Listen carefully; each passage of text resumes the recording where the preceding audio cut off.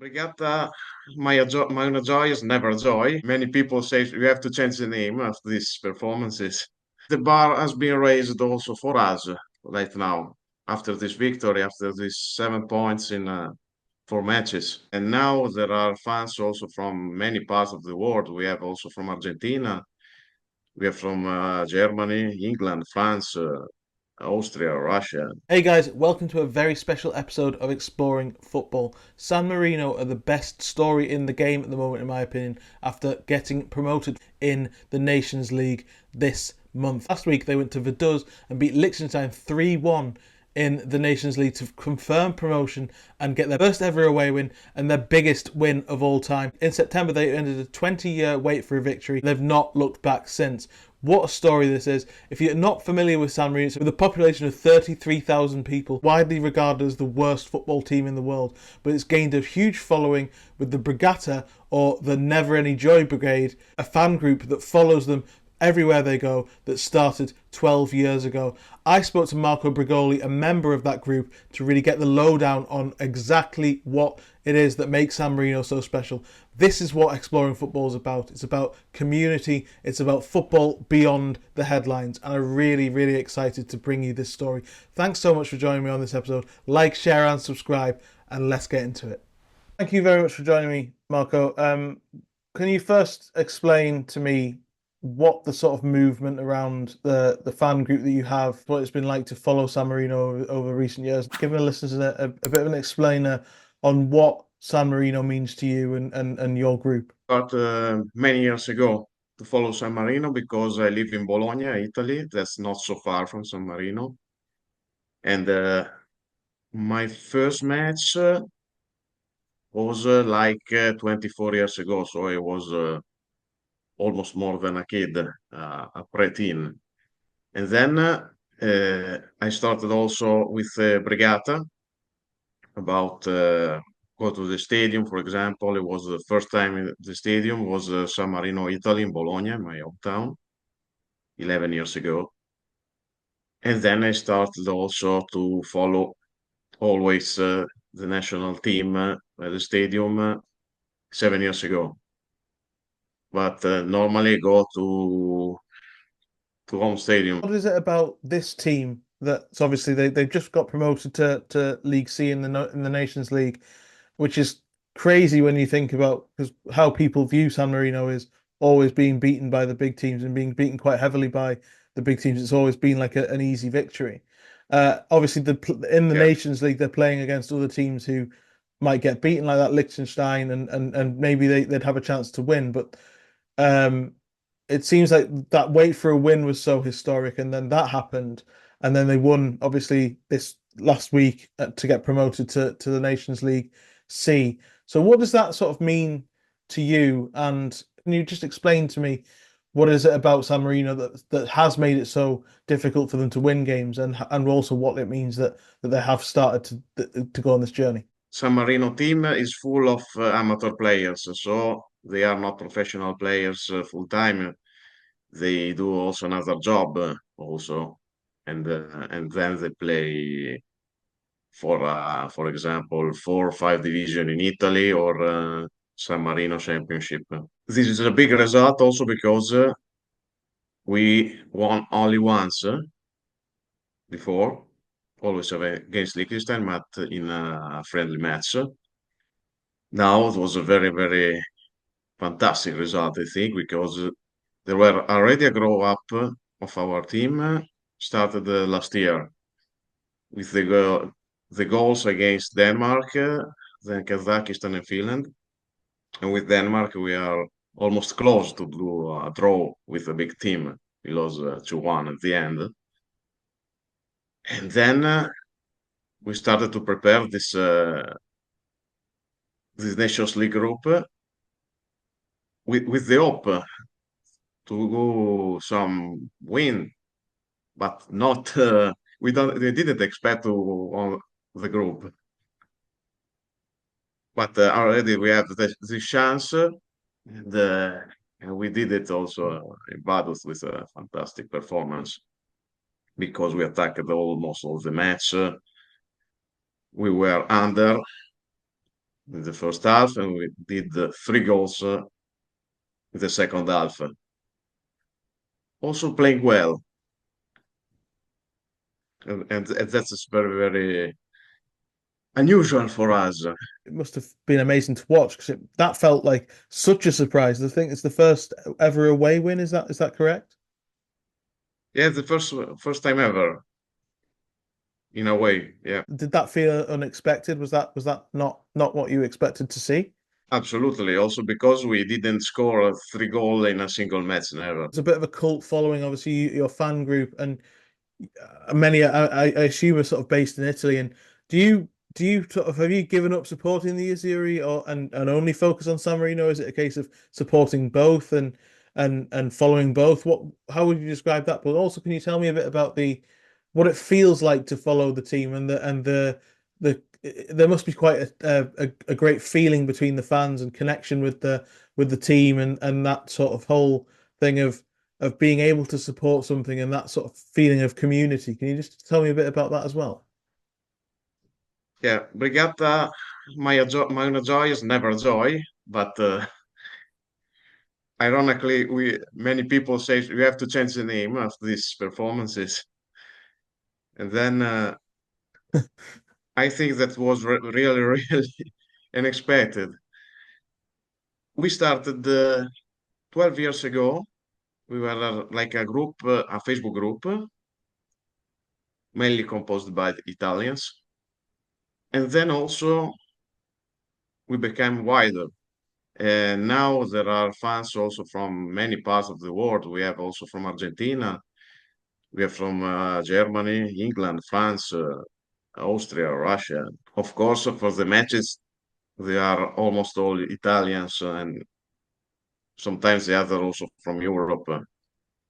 But there are also other groups also outside Europe. Let's say and Argentina that we keep in contact with Obiettivo San Marino, and also there are in the United States, there are in Uruguay, in Russia. We follow also because we have this passion. There are like amateur players, guys almost like us, very, very different from the superstar of Champions League or Premier League or Serie A, for example. We feel more close to them. Feels like what football's about, isn't it? That sort of connection with people and that sort of the feeling of going to a football match. And I guess the whole Exactly. point of going to watch San Marino was to support something and see something that was the underdog and maybe pushing to sort of break into something. Now that's happened. Now they've got promoted. Now they've won some games and now that this team is doing more things, does that change your expectations? Does that change what it'll feel like to go to a match? Do you feel like, or do you think it's just going to be more of the same? And do you expect, how do you expect them to get on in League C? Do you think that they can try and maybe continue this, or do you think it's just going to be a case of surviving and maybe they'll drop back down to League D, but they're now more competitive than ever? Well, I think it will be an experience. We have to live this experience as before, as we do the European qualifiers. We didn't expect to do many big results, but just trying to do the best, to score a goal, to battle in every match like before. But I think it's very beautiful. It will be a very beautiful experience. About the opponents, I don't know. Maybe the only one close to us is Moldova or Estonia, but the other are very, very far from us. Nations League sort of feels like it gets in the way of the club season for a lot of people. But what does it mean for countries like San Marino who have now been given an opportunity to play competitive matches in their own sort of environment in against teams that they feel that they can beat. But also, I'm sure San Marino have played Liechtenstein many times over like recent years, and obviously the games against St. Kitts and Nevis in the friendlies, and they've struggled to win. What is it about this team? Why is this team so good and so competitive? The Nations League will be more closer to our possibilities also for as you described, because the level is more closed to us also. You can find also opponents of small countries, and we have more chance also to do some results. Uh, I remember that in past, for example, the first National League tournament that we played 6 years ago, that was wider also for League D. I remember there was, for example, Belarus in our tournament, and they won all the matches, also because we were San Marino, Luxembourg, and Moldova. They won all the matches without conceding a goal. So at the time, it wasn't no easy also for us in this new groupment that they are smaller. There are just three teams and two groups. I think they give more possibilities for the little team like us. For the future, I think that we have also a little bit a different, I think, um, perception. It exists perception for the other teams that we are not the minnow anymore. We are fair, maybe, but it is not will be not the sure victory for other teams. Okay, for the big teams, we have no chances, of course, never. With Germany, with France, with Italy, with Netherlands, but with England. But maybe the middle team level, they will be a bit. They have to make an effort more to beat us than in the past, maybe.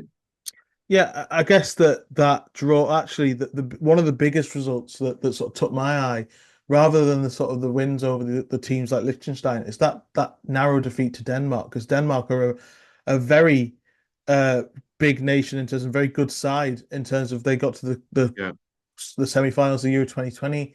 They're a really good team. So what was that like to yeah. sort of go that far against a team that must have felt almost better than a victory against a smaller nation, because you felt like you must have felt like you were competing, uh, on a big stage, better than anything that you'd seen before. Yeah, absolutely. I was there last year against Denmark, and we scored the draw. At the moment, we exploded in a big party because you didn't expect nothing. When the matches ended, and Denmark won 2-1, but at the end, the Denmark players were really angry, and the San Marino players were really happy. It seems Yeah. like a win of San Marino, that a win from Denmark. When you see San Marino and you watch, you sort of see the scores, and it would be usually 7-8-0 against a team like that. To go so Yeah, close must have been amazing. And it sort of, I guess, a lot of people won't. A lot of people understand there's a very in England there's a very rich sort of history of and a deep sort of football pyramid. Lots of non-league clubs and lots of very amateur clubs got a lot of support here. So that there is a sort of understanding for that sort of support. But it must feel good to support a team when a goal is celebrated like that, because so few are scored. So when they do happen, that's like a win in itself. How much joy does following San Marino give you? many joys, particularly last year because we scored in last year 10 goals in total, and in the past also one goal for a year was like a miracle of the sky. So you can imagine the difficult, always difficult for us to score a goal also, because sometimes we tried also to attack, but it's quite difficult for a little team. In the home San Marino Stadium, Serravalle, we attack. But when we are like away in bigger stadium, we stay always under the ball. We stay in defense. We park the bus close to the goalkeeper. So it's something very, very unusual for us like now, but we like it so much. That's, I think, the metaphor of also for of life and of football. The fan base is getting bigger, the groups are getting bigger, and lots of people might look at it and think it's a bit of a joke to follow a team like that. But actually, what I get the feeling of from speaking to you, from speaking to people like Paul, from the Sweep podcast as well, is that it's a very serious thing of joy of what football, as I say, we said earlier, what football really means. What the it's the community, it's the history of seeing something that is witnessed, like San Marino scoring a goal, and that feeling of together and belonging, that kind of belief. Is that what really this is about for you? But also, it must feel great that the movement is growing effectively, I guess. Yeah, absolutely. Also, there are also people that I know that they don't understand why San Marino players cheer too much for a goal. They say they seem that they won the Champions League, but it's like to live in a dream for them in that moment. But of course, now I think that will be a bit different because we can say the bar has been raised also for us right now after this victory, after these 7 points in 4 matches. Thanks so much for joining me. I really appreciate you giving me the time to speak to you, and good luck for the future with San Marino. It's going to be amazing to see how it develops and see how the movement and the fan base develops as well. Thank you so much. And also, I want to add a little thing. Like our group, Brigata Mai Gioia, we also promote fair play, and also we do like something different. We create a friend zone, and also we try to get friends also with the other fan. Yeah, Many times we play football against us in another field of San Marino, or we taking some beer, something to eat together. Just sometimes also we do the change of scarves, of t-shirts. So it's also a fest for us. We are all friends. Then during the match, okay, we are fun for us. They are fun from the team. But before and after, we live like in a fest, like a sport will be for our stone. fantastic. Thank you so much. Thank you. I really appreciate it. Thank Thank you. you, Harry.